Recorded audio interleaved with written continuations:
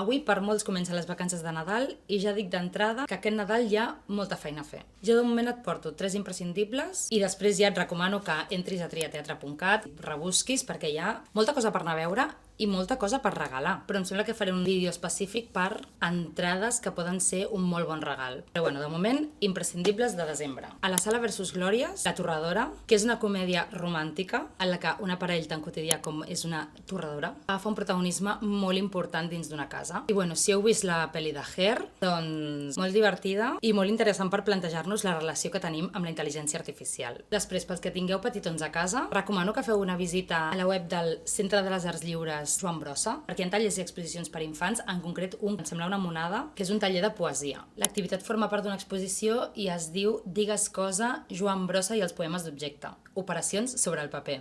És un taller pensat per repensar la poesia des d'un espai lúdic i també un espai per reinventar i trencar amb les normes de la poesia. Boníssim. I per últim, imprescindible de desembre, perquè és que si encara no l'heu vist, jo crec que és una cosa que s'ha de veure un cop a la vida, és el Mago Pop, que a més aquests dies està super en tendència i tothom en parla. Jo crec que és un molt bon moment per aprofitar i per regalar. Perquè és una experiència que, encara que no t'agradi la màgia, et sorprèn. I ja ho sé, m'he deixat 1000 coses, però bueno, jo te n'he portat 3 i la resta a Tria Teatre. Bonus track del Teatre Victòria, pels més petits, perquè sé que és un hit, que és el Pot Petit, que està a més fins al 17 de gener, o sigui que podeu demanar-los el Reis Mags, que és un molt bon regal pels infants.